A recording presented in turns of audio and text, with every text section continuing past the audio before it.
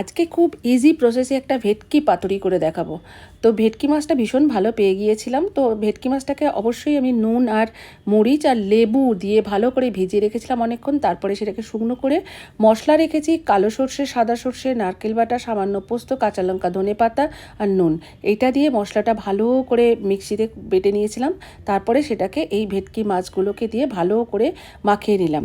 সরষের তেল দিলাম অল্প করে এখন। তারপরে যতগুলো মাছের পিস ততগুলো কাঁচা লঙ্কা ভালো করে চিড়ে এটাতে দিয়ে দিয়েছিলাম, একসঙ্গেই সব মেখে নিলাম। দিয়ে এবার আলাদা একটি পাত্রে ম্যারিনেশন করে রাখবো বলে সেটাকে আলাদা করে তুলে রাখলাম। এবার ম্যারিনেশন করা হয়ে গেলে এটাকে ভালো করে এতে একটু লেবু দিয়ে দিলাম, বেশি করে একটু লেবু দিয়ে দিলাম। এবার লেবু দিয়ে তার উপরে আপনার সরষের তেল, শেষে সরষের তেল দেবো। ব্যাস, লেবু টেবু করে দেওয়া হয়ে গেল। এইবার তেলটা দিয়ে দেবো, কারণ এটা সম্পূর্ণ তেলেতেই হবে।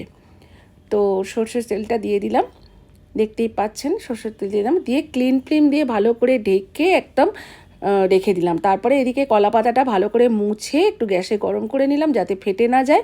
এবার একটা একটা করে মাছকে একটা করে কাঁচা লঙ্কা দিয়ে কলা পাতা দিয়ে ভালো করে, এই মোড়াটাই হচ্ছে খুব সুন্দর করে মুড়তে হবে যাতে ফেটে বেরিয়ে না যায়। এবার এই যে সুতো দিয়ে বেঁধেলাম, সাথে আমি টুথপিকও গেজে দিলাম, কারণ অনেক সময় তেলেতে সুতোগুলো কেটে কুটে যায়। এবার ভালো করে কম তেলে ঢাকা দিয়ে ভাজতে হবে। ব্যাস, তৈরি হয়ে গেল আমাদের ভেটকি পাতুরি।